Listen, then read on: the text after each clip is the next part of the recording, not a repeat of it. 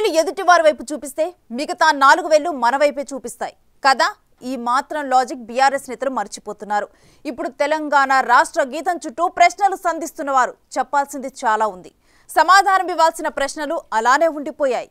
Telangana గీతంపై Andhra music director పెత్తనమేందని ప్రశ్నిస్తున్నవారు తమ నోటితో చెప్పలేని జవాబులు ఎన్నో ఉన్నాయి. జయ జయ హే తెలంగాణ గీతం వరకు ఓకే. సంగీత దర్శకుడు చుట్టూ ఇప్పుడు వివాదం రాచేయటం వెనుక చాలా కథ జరిగింది. అదేంటో ఇప్పుడు చూద్దాం.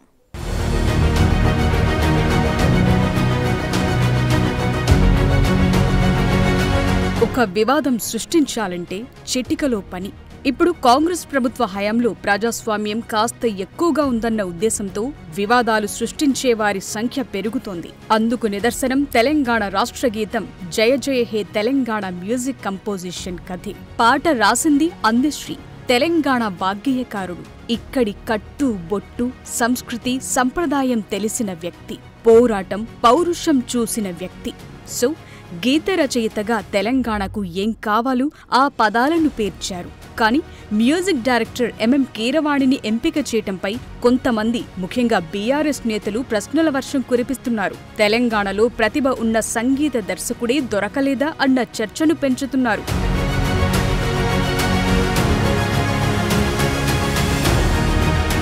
జయ జయ హే పాటలు తెలంగాణ ఆత్మ సంస్కృతి సాంప్రదాయంలో ఆ డెప్త్ కనిపిస్తుంది.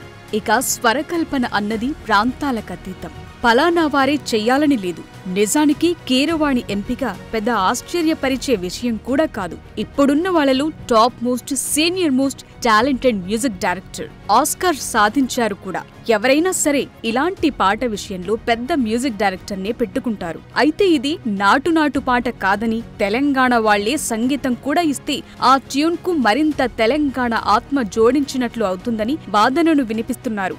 సరే, ఇది కూడా ఒక వెర్షన్ కాదనలేం. కానీ సాంగ్ కంపోజిషన్ క్లైమాక్స్ కు చేరుకున్నాక మ్యూజిక్ డైరెక్టర్ చుట్టూ వివాదం రాచేయటమే అసలు సమస్య.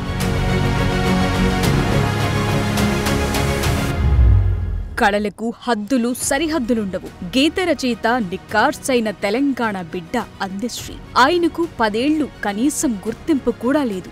ఆయన పాటను పట్టించుకోలేదు. తీరా ఇప్పుడు రాజేస్తున్న వివాదం అందశ్రీ టార్గెట్ గా నడవటమే అస్సలు దారుణం. అందశ్రీ రాసిన జయ జయ హే తెలంగాణ పాట మొదటిసారిగా 2004లో తెలంగాణ రచయితల వేదిక వెలువరించిన సాహిత్య సంచిక సోయిలో అచ్చయింది. ఆ తరువాత ఇందులో తెలంగాణ అస్తిత్వ పదాలను చేర్చారు. 2004 ఎన్నికల సందర్భంలో టీఆర్ఎస్ ఈ పాటను రికార్డ్ చేయించింది. పాట పాడిందెవరో తెలుసా?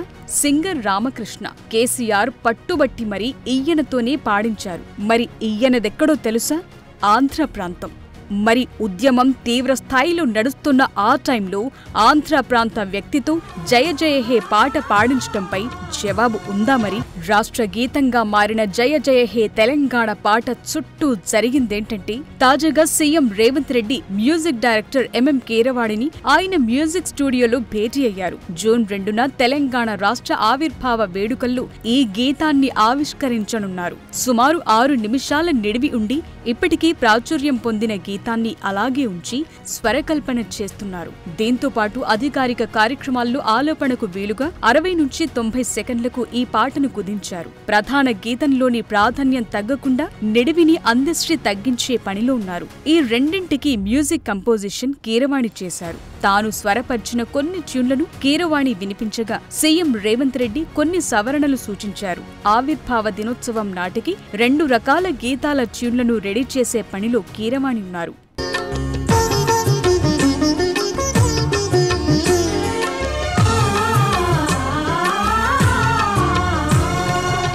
బీఎస్పీ నుంచి బీఆర్ఎస్ లోకి వచ్చిన ఆర్ఎస్ ప్రవీణ్ కుమార్ ఇదే వివాదంపై సుదీర్ఘమైన ట్వీట్ చేశారు. అందులో చాలా ప్రశ్నలు సంధించారు. తెలంగాణ రాష్ట్ర గీతంపై ఆంధ్ర సంగీత దర్శకుడు ఎంఎం కీరవాణి పెత్తనం ఏందిబై అన్నారు. గీత స్వరకల్పనకు మళ్లీ ఇప్పుడేం అవసరం వచ్చిందని ప్రశ్నించారు. అయినా తెలంగాణ కవులపై ఆంధ్ర సంగీత దర్శకుల పెత్తనం ఇంకెంతకాలం?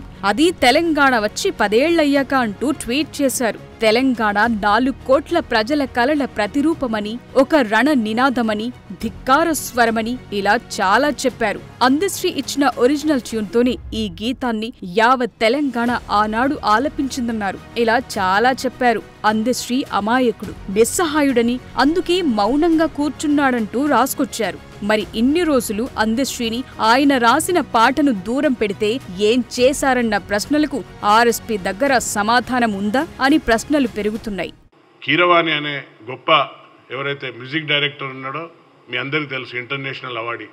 ఈరోజు ఆయన దాన్ని ఏమాత్రం అందులో అరమరికలు లేకుండా ఈ యొక్క జాతీయ గీతంగా, మన యొక్క తెలంగాణ జాతీయ గీతంగా ఈరోజు దాన్ని ప్రమోట్ చేస్తున్నాడు. కాబట్టి అందశ్రీ గారికి వారికి ఉన్న, ఎందుకంటే అతనికే తెలుసు అందశ్రీ గారికి ఎవరిని సెలెక్ట్ చేసుకుంటే ఈ గీతానికి కరెక్ట్గా న్యాయం చేకూరుస్తారు అనే ఉద్దేశంతో ఆయనను సెలెక్ట్ చేసుకోవడం జరిగింది.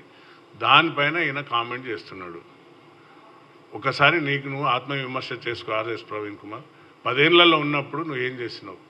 10 ఏళ్లలో నీ యొక్క ఒక సామ్రాజ్యాన్ని నిర్మించుకొని అందులో స్వారోస్ అనే ఒక గుండాలను పెట్టుకొని నువ్వు ఏం చేసినావు నీ అందరికీ తెలుసు. కాబట్టి ఇంకోసారి కామెంట్ చేసే ముందు ఒకసారి ఆలోచించు. మరి ఇన్ని రోజులు ఎక్కడ పోయినావు?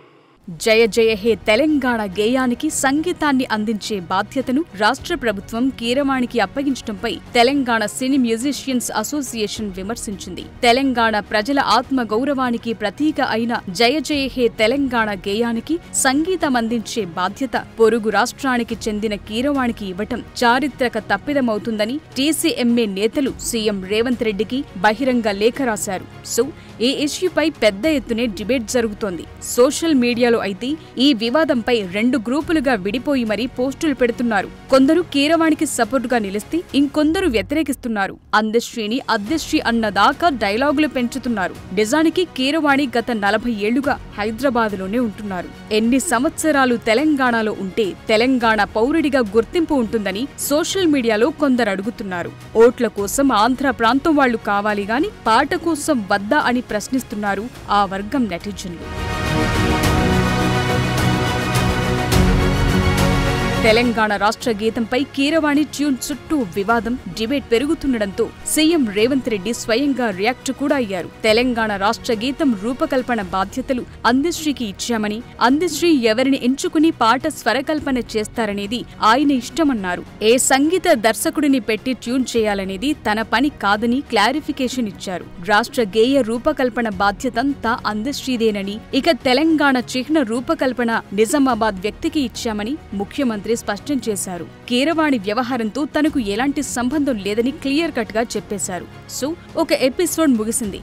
ఇప్పుడు అందశ్రీ కూడా ఈ ఇష్యూకు ఫుల్ స్టాప్ పెట్టేందుకు చూస్తున్నారు. కీరవాణి టాప్ పొజిషన్ లో ఉన్నారు కాబట్టే ఎంపిక చేసుకున్నామన్నది ఆయన వెర్షన్. ఒక కీలక పనిని అప్పగిస్తే పూర్తి చేసే బాధ్యతల్లో అందశ్రీ ఉంటే మధ్యలో మ్యూజిక్ కంపోజిషన్ గురించి కొత్త చర్చ, కొత్త వివాదం రాజేయటం కీలకంగా మారింది. ఇన్నాళ్లు ఆయన్ను పట్టించుకోని వారే ఇప్పుడు కొత్తగా మాట్లాడటం ఏంటన్న ప్రశ్నలు వస్తున్నాయి. అంతెందుకు, గత 10 ఏళ్లు రాష్ట్రంలో బీఆర్ఎస్ అధికారంలో ఉంది. మరి ఆ 10 ఏళ్లలో తెలంగాణ రాష్ట్ర గీతాన్ని ఎందుకు రూపొందించలేకపోయిందన్నది అసలు ప్రశ్న. ఉద్యమంలో కీలకంగా మారిన జయ జయ హే తెలంగాణ పాటను ఎందుకు రాష్ట్ర గీతంగా మార్చలేకపోయారు? ఎన్నికలప్పుడు రికార్డ్ చేయించుకున్న పాట గెలిచాక అక్కర లేకుండా పోయిందా? ఇప్పుడు కాంగ్రెస్ నేతలు ప్రశ్నిస్తున్నట్టు అందశ్రీ దళితుడు కాబట్టి ఆయన పాటను ఇన్నాళ్లు పక్కన పెట్టారా? దీనికి గులాబీ నేతలు ఇచ్చే సమాధానమేంటి?